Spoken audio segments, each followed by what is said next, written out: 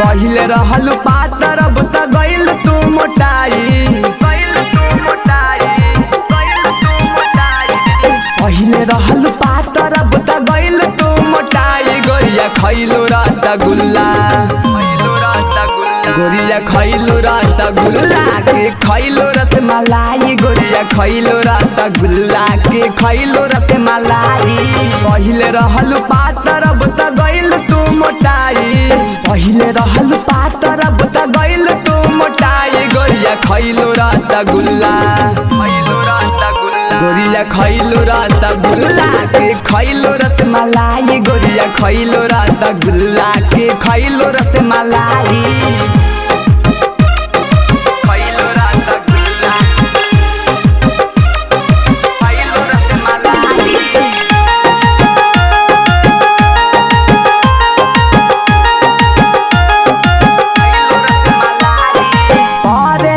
Season में रहलू तू सावर, हो गईलू गोर जैसे सन फलावर।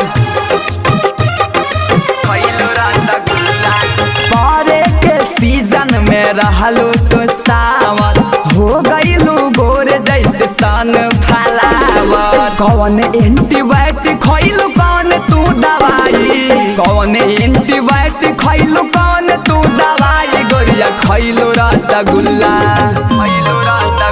गोरिया खइलो रसगुल्ला के खइलो रसमलाई। गोरिया खइलो रसगुल्ला के खइलो रसमलाई।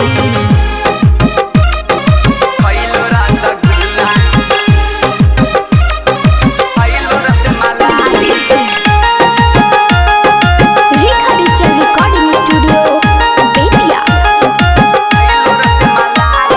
रहलू कुमार तब रहलू टिटिहारी, हो गईलू मोट कैसे हो गईलू डेहारी।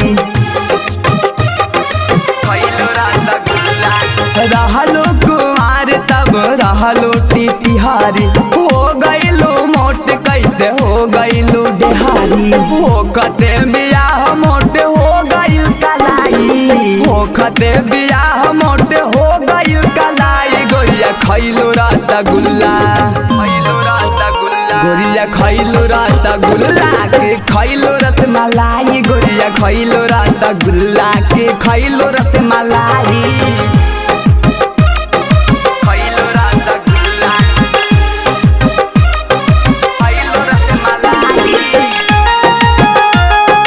Presents by Rekha Films। देखी के रूप तोहर सुनी के बोली, देखे में बबलू के लागेलू भोली। देखी के रूप तोहर सुनी के बोली, देखे में बबलू के लागेलू भोली। कौन उपकार कइलू कौन तू भलाई, कौन उपकार कइलू कौन तू भलाई। गोरिया खइलू रसगुल्ला, गोरिया खइलो रसगुल्ला के खइलो रसमलाई। गोरिया खइलो रसगुल्ला के खइलो रसमलाई।